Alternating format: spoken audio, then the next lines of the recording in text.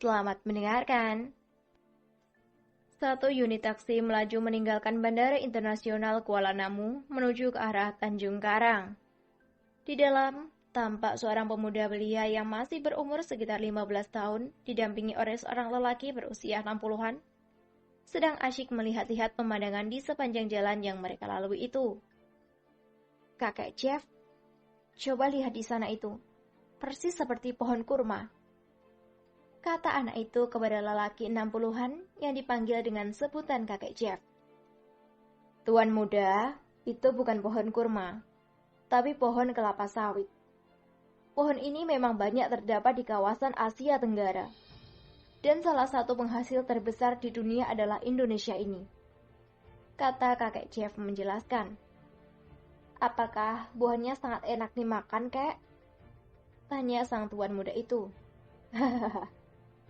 Itu tidak untuk dimakan seperti buah kurma. Buah kelapa sawit itu akan diproses lagi di pabriknya. Salah satunya adalah untuk dijadikan minyak goreng. Oh, berarti yang kita gunakan untuk menggoreng ikan adalah minyak dari kelapa sawit ini? Tanya tuan muda itu. Tidak semua juga minyak goreng berasal dari kelapa sawit. Ada juga yang berasal dari buah kelapa sungguhan. Jawab si kakek Jeff. Oh, begitu. Mengapa ayahku tidak berminat terjun di usaha perkebunan seperti ini, kek? Tuan besar memang tidak terlibat secara langsung dalam bisnis seperti ini. Namun, beliau banyak melakukan investasi dalam bisnis ini. Sebagian besar adalah untuk pabrik pengolahan bahan mentah dari minyak kelapa sawit ini, kata kakek Jeff. Kek, apakah ayahku itu adalah orang kaya sekali? Tanya tuan muda itu. Nanti saja kau ketahui. Sekarang fokus tuan muda adalah belajar. Ingat, jangan kecewakan harapan kedua orang tuamu. Pesan kakek Jeff. Iya, kek, aku juga tidak akan mengecewakan mereka. Terlebih, mendiang kakek uyutku, kata tuan muda itu. Karena terlalu asyik ngobrol, kini taksi yang membawa mereka itu telah melewati kota Tanjung Karang dan mulai luncur memasuki perkebunan karet. Wah, ganti lagi tanamannya, kek. Oh, yang ini adalah pohon karet. Konon katanya, pohon ini berasal dari lembah Amazon Brasil. Namun tanaman pohon karet ini sangat banyak di negara Asia Tenggara. Selain Thailand dan Malaysia, Indonesia ini adalah negara penghasil getah karet terbesar di dunia. Setelahnya, ada juga negara Kambodia yang juga memiliki perkebunan karet, walau tidak sebanyak dan seluas di Indonesia ini, kata kakek Jeff menjelaskan. Aku tahu sekarang, sawit dan karet. Kelak, aku juga ingin berinvestasi di sini jika diizinkan oleh ayah, kata pemuda belia itu. Pasti tuan muda, pasti ayah Anda akan mengizinkan. Tanpa terasa kini mereka telah memasuki kawasan perkebunan kelapa yang sudah menurut tingginya, kemungkinan sudah berumur di atas 40 tahunan. Wah, indah sekali di sini, kek. Lihat itu, di sana ada perkebunan kelapa. Ya, menurut Google Map ini, sebentar lagi kita akan sampai di kampung Kuala Nipah, kata kakek Jeff. Aku masih ragu apakah kakek itu berada di Kuala Nipah ini atau di mana. Kan sudah lama sekali. Apakah dia masih hidup atau sudah meninggal? Kakek Uyut tidak menjelaskan kepadaku, kata pemuda itu dengan ekspresi wajah keraguan-raguan. Yang penting, kita telah berusaha. Berhasil atau tidaknya, itu tergantung rezeki, kata kakek Jeff memberikan suntikan semangat kepada anak muda itu. Iya juga ya, kata pemuda itu sambil tersenyum. Setelah hampir seharian melakukan perjalanan dengan menyewa taksi, akhirnya mereka pun kini memasuki perkampungan Kuala Nipah.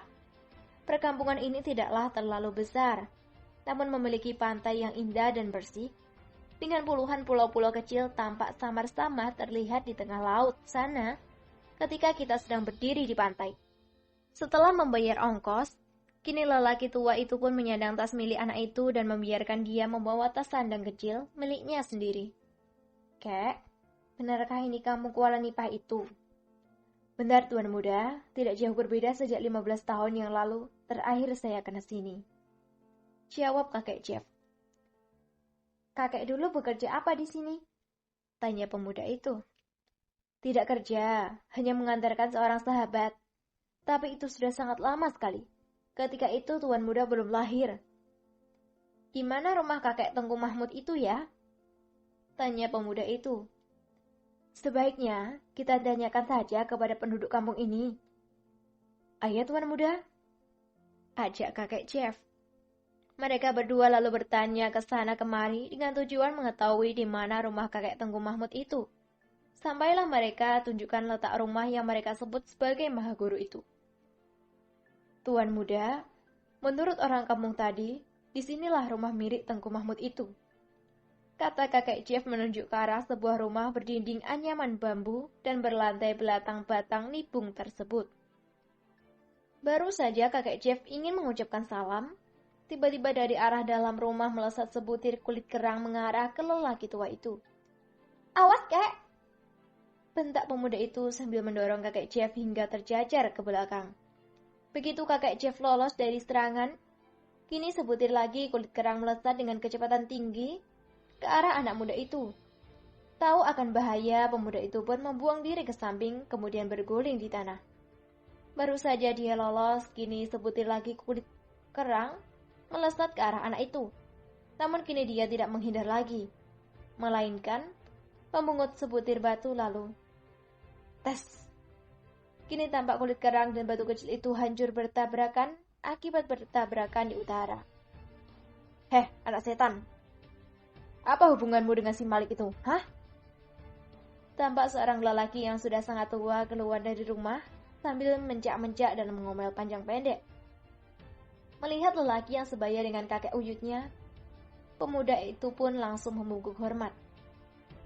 Salam dari saya untuk kakek Tengku Mahmud, kata pemuda itu. Heh, anak setan, aku tidak membutuhkan salam hormat darimu. Jawab saja pertanyaanku tadi. Kau menggunakan jurus jari setan. Apa hubunganmu dengan Malik? Saya Joe William, menjawab pertanyaan kakek. Kata pemuda itu masih membungkuk hormat. Saya ini adalah cicit dari orang yang kakek tanyakan tadi. Dia adalah kakek uyut sekaligus guru saya. Kata anak muda itu. Sekarang, jawab pertanyaanku. Di mana sekarang setan itu berada? Apakah masih bersembunyi di Mountain Slope?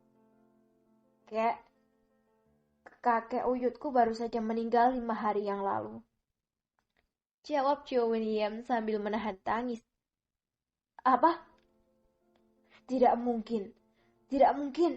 Setan itu tidak boleh mati. Urusannya denganku belum selesai.